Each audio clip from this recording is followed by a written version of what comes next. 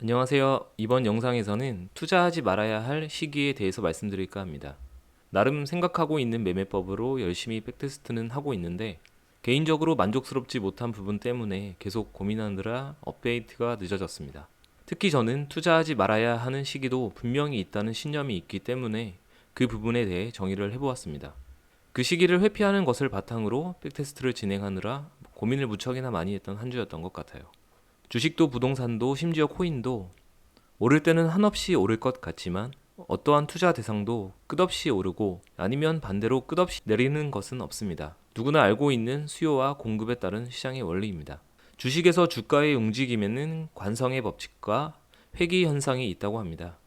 그래서 한번 상승 탄력을 받으면 계속 상승하지만 결국에는 다시 일정 평균 수준으로 회귀하는 것을 말합니다. 이와 같은 성질로 200일 선으로 회귀하는 현상을 이용한 그랜빌의 법칙이 있으며 8가지의 매수와 매도의 원칙을 제시하였습니다. 이 이야기는 기회가 있으면 자세히 말씀드리겠습니다. 따라서 하락하는 주식 또한 나중에는 오르는 순간이 오지만 한번 하락이라는 관성이 생기면 언제 어디까지 떨어질지 몰라 결국 공포를 느끼게 됩니다. 그래서 이 하락장을 이왕이면 가능한 빠르게 포착하여 피하지는 못하더라도 추가 매수를 통한 추가 손실은 막고 싶다는 취지입니다. 앞서 다른 여러 영상에서 이동평균선의 정배열과 역배열에 대해서 설명드렸고 이왕이면 지수 이동평균선을 참고하고 역배열 이평선의 주식은 피하는 게 좋다라고 말씀드렸습니다. 하지만 지수추종 ETF도 이를 따르는 레버리지 상품도 시장의 지수를 따라가기 때문에 어떤 이슈가 발생하여 시장이 침체되면 충분히 역배열의 차트가 될 수 있습니다. QQQ의 2000년에서 2003년의 닷컴 버블 붕괴로 인한 하락장의 차트입니다. 지수 이동 평균선으로 설정되었으며 고점을 찍은 이후 장기 이평선, 중기 이평선, 단기 이평선이 역으로 배열되어 있는 모습입니다. 스파이의 2000년에서 2003년의 차트도 마찬가지로 하락폭만 다를 뿐 장기 이평선을 뚫지 못하고 지속 하락한 모습입니다. 2008년 금융위기 때도 마찬가지입니다. QQQ의 전형적인 하락장 역배열 차트입니다. 금융위기 때의 스파이도 마찬가지입니다. 그러나 일반 개미 투자자인 우리가 이것을 미리 알기는 어렵고 하락장이라는 사실도 그 하락을 다 맞은 후에야 알게 되는 경우가 대부분입니다. 지수 추종도 이런데 레버리지는 무시무시하다는 것은 안 봐도 압니다. 오히려 매수의 최적 찬스라고 생각하고 보유하던 현금의 큰 비중을 추매하며 다 쏟고 나서 그 후에도 하락하면 마냥 눈덩이처럼 불어나는 손실과 말라버린 시드머니를 볼 수밖에 없습니다. 그래서 이왕이면 하락장 초기에 이를 알고 대응하거나 적어도 하락에 추가 베팅하는 행위를 막고자 시장의 침체 그리고 시장이 다시 살아나는 것을 분석하여 지수 이동 평균선을 이용하여 정의해 보겠습니다.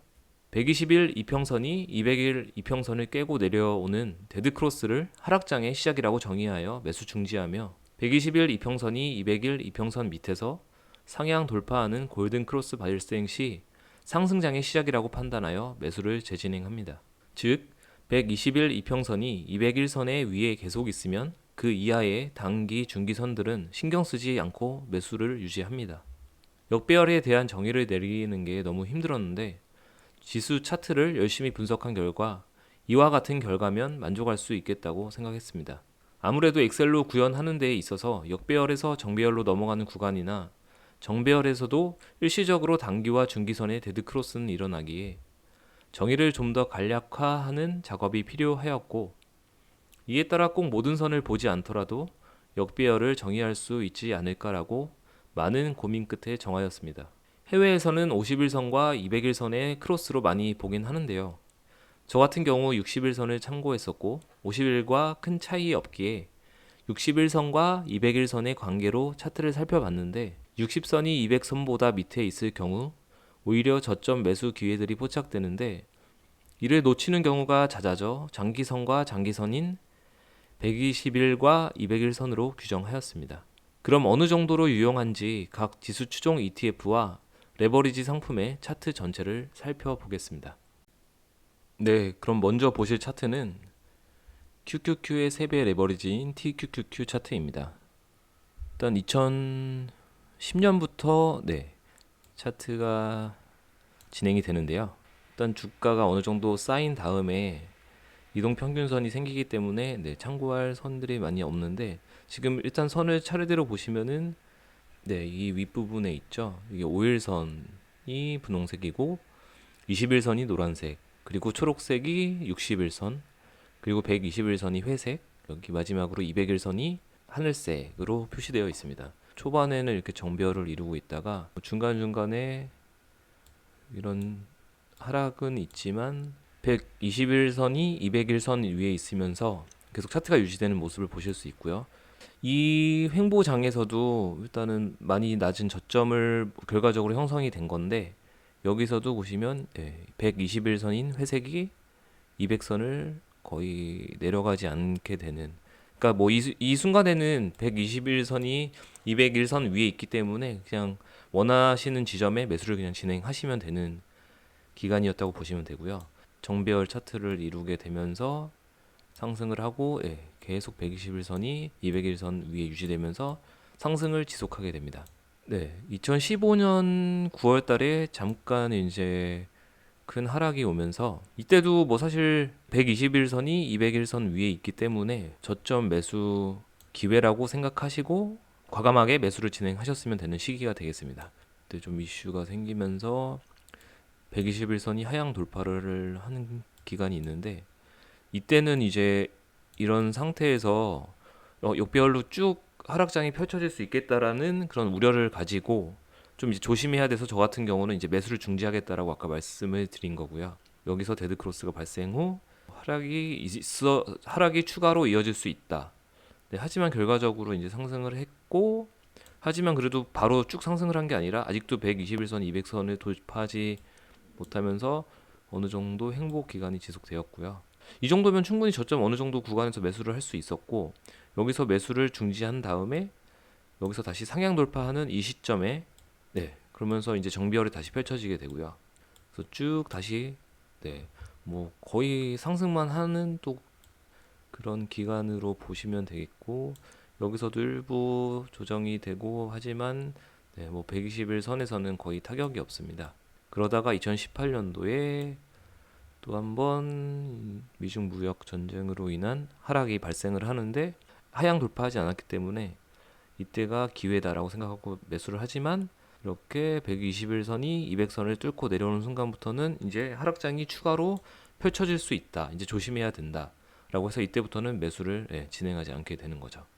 또 어느 정도 이제 상승 탄력을 받고 나면은 다시 이제 121선, 200선을 돌파하게 되고, 근데 뭐 이때도 어차피 저 같은 경우는 매수를 돌파했다고 하진 않을 수밖에 없는 게, 저 같은 경우는 RSI나 뭐 스토캐스틱으로 많이 참고해서 매매를 진행할 예정이기 때문에, 이런 상승을 했을 경우에 이렇게 뚫고 올라오지만 이때는 이미 RSI 같은 경우는 뭐 70, 80까지 되는 이미 이렇게 이런 상승 구간으로 인한 돌파기 때문에 한번 다시 내려와서 지지가 되는, 이렇게 RSI가 낮아지게 되는 구간에서 저 같은 경우는 매수를 아마 진행하게 될 것 같고요.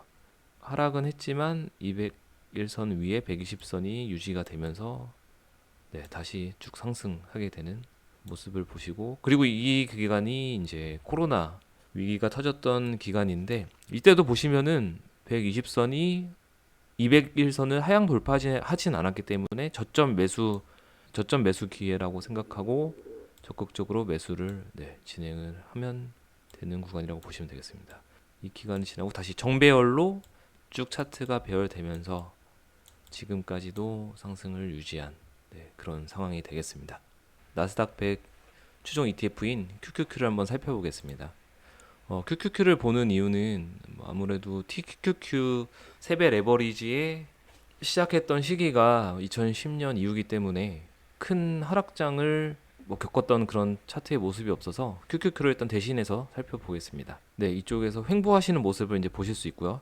그러니까 이렇게 정별이 쫙 펼쳐지다가 횡보할 때 이 선들이 모이게 되면서 이때가 좀 주의해야 될 시기가 아닌가 생각이 드는데, 그때도 이제 121선이 201선 위로 유지되었다가 드디어 이제 닷컴 버블이 터지는 시기인데, 나중에 돌이켜 봤을 때 큰 하락장이 아니었음에도 이제 저점 매수 기회를 놓칠 수 있는 구간이 생길 수 있습니다. 그래서 일단 121선 정도로 보셔도 충분하다라고 생각이 들고요. 이때부터는 이제 매수를 중지하게 되죠. 그래서 보시면 2000년 11월부터 하향 돌파하면서 이때부터 역배열 차트가 펼쳐지고 어느 정도 상승을 하려다가도 저항에 막히고 이런 식으로 계속 2002년 계속 하락하는 모습을 보실 수 있고요. 이때도 계속 역배열 차트가 펼쳐지다가 이제 이때부터 약간 행보를 하면서 다시 이 역배열이 되었던 이평선들이 이제 모이게 되면서 보시면 이제 121선이 200일선을 상향 돌파하는 구간이 2003년 6월 달에 발생하게 됩니다. 상승 추세를 이루게 되고 다시 역배열에서 정배열로 넘어간. 그래서 뭐 이제 이런 단기선보다는 그래도 장기 대 장기인 121선, 200선을 돌파했을 때부터 해도 충분히 뭐 늦지 않다라고 생각이 들고요. 그러니까 이게 뭐 나중에 봤으니까 저점인지 알지. 이게 뭐 저점이 아니라 더 하락했을 수도 분명히 있기 때문에 이게 다시 이제 상승세로 전환되는 신호다라고 보시면 되겠습니다. 네, 뭐 계속 유지되다가 이때 2006년도에 잠깐 이제 아래로 하향 돌파하는 모습을 보이면서 이때는 매수를 중지하는데 뭐 그래도 이 구간 그 하향 돌파하기 전에도 충분히 저점에서 매수할 수 있는 기회가 있고요. 그리고 이제 2008년도 금융 위기가 닥쳤던 시절인데 이때도 저점 매수 기회다라고 매수를 진행하지만 이때는 이제 역배열로 펼쳐질 우려가 있다라고 121선이 200일선을 하향 돌파했을 때는 이제 매수를 중지하고요. 역배열이 펼쳐졌다라고 생각할 수 있기 때문에 이제 이때부터 뭐 사실상 매수가 거의 중지되는 모습입니다. 매수가 중지되고 그러면서 이제 완전한 역배열이 이루어지고요. 그래서 이때도 쭉 계속 매수를 하다가 보면은 이게 언제까지 떨어지는지 알 수가 없기 때문에 이제 공포심을 느낄 수밖에 없다고 생각을 합니다. 그리고 실질적으로 뭐 이 정도면 저점일 거라고 무턱대고 뭐 쉽게 예상을 했다가 이제 내가 보유하고 있는 시드머니는 다 사라질 수도 있고 2009년 7월, 8월까지 되면서 이제 횡보를 지나 121선, 200일선을 상향 돌파하게 되는 시기가 왔고요. 한번 지지를 받을 때 RSI가 낮아지는 지점이 되겠죠. 이런 구간에서 이제 다시 매수를 시작하게 되고 뭐 121선이 200일선 위로 계속 배열되면서 이번에 보여드릴 차트는 S&P 500의 3배 레버리지 상품인 UPRO입니다. 보시면은 이제 이때부터 200일선이 나타나게 됐고 121선이 200일선 위에 있기 때문에 이때는 저점 매수의 기회라고 생각하고 적극적으로 매수를 하시면 되는 구간이었고 2011년 이제 9월쯤에 121선이 200일선을 하향 돌파하면서 추가 하락장이 펼쳐질 수 있다라는 위기의식을 갖고 이때부터는 매수를 중지하게 되는 기간이 되겠습니다. 그래서 이때 매수를 중지하더라도 충분히 저점에서 어느 정도 매수할 수 있는 기회가 발생한다라는 것을 아실 수 있을 겁니다. 그리고 다시 상승 돌파하고 이때도 상승 돌파할 때 보시면 RSI가 뭐 60 이상이 되는 RSI 과매수 구간으로 넘어가는 기간이 되겠고 뭐 따라서 이렇게 바로 돌파해도 이때는 매수를 하지 않게 될 것 같고요.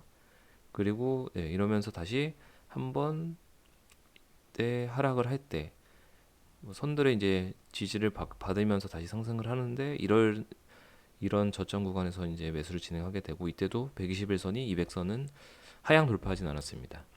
그러면서 다시 정배열 유지하면서 쭉 상승을 하고요. TQQQ랑 마찬가지의 거의 뭐 유사한 차트가 진행이 되기 때문에 이 부분에 대해서는 그만 봐도 될 것 같습니다. 그럼 마지막으로 보여드릴 차트는 SOXL입니다. SOXL 같은 경우는 2011년 고점을 찍고 이때도 이제 하락하기 시작하는데 121선이 하향 돌파한 이 시기에는 이제 매수를 진행하지 않게 됩니다. 이제 하향 돌파하고 나서 보시면은 120선이 200선을 상향 돌파하지 못하고 뭐 다행인지는 모르겠지만 추가 하락은 없이 거의 2011년부터 2012년 거의 말까지 2년 동안 이 시기에 투자를 진행하고 있었다면은 저 같은 경우는 여기서부터 여기까지 투자를 안 하게 되겠죠.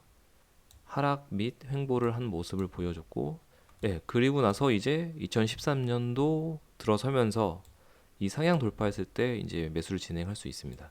정배열이 되면서 이제 또 지속적으로 쭉 상승을 하고 이때 하향 돌파했을 때부터는 매수를 중지하게 되고, 그러니까 여기까지는 뭐 적극적으로 매수를 하다가도, 네, 여기서는 왜냐면 어차피 이 구간을 굳이 매수를 안 하고 상승장에 베팅을 해도 되기 때문에 이렇게 120선이 상승 돌파했을 때 들어가셔도 네, 충분하다라고 생각을 하고 있습니다. 특히 지수 추종 같은 경우에는 뭐 레버리지도 마찬가지고요.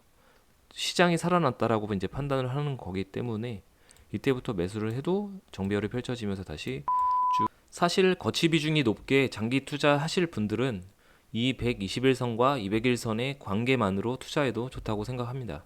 121선이 200일선을 상향 돌파했을 경우 매수, 121선이 위에 있다가 200일선을 하향 돌파할 경우 매도하는 방식으로요. 물론 저는 매년의 현금 흐름을 생각하기에 매수 매도를 수시로 진행할 계획이긴 합니다.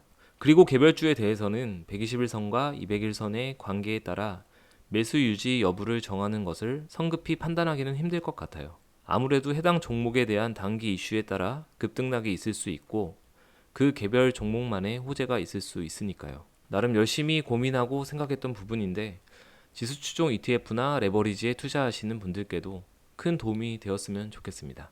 구독과 좋아요로 함께 해주세요. 시청해주셔서 감사합니다.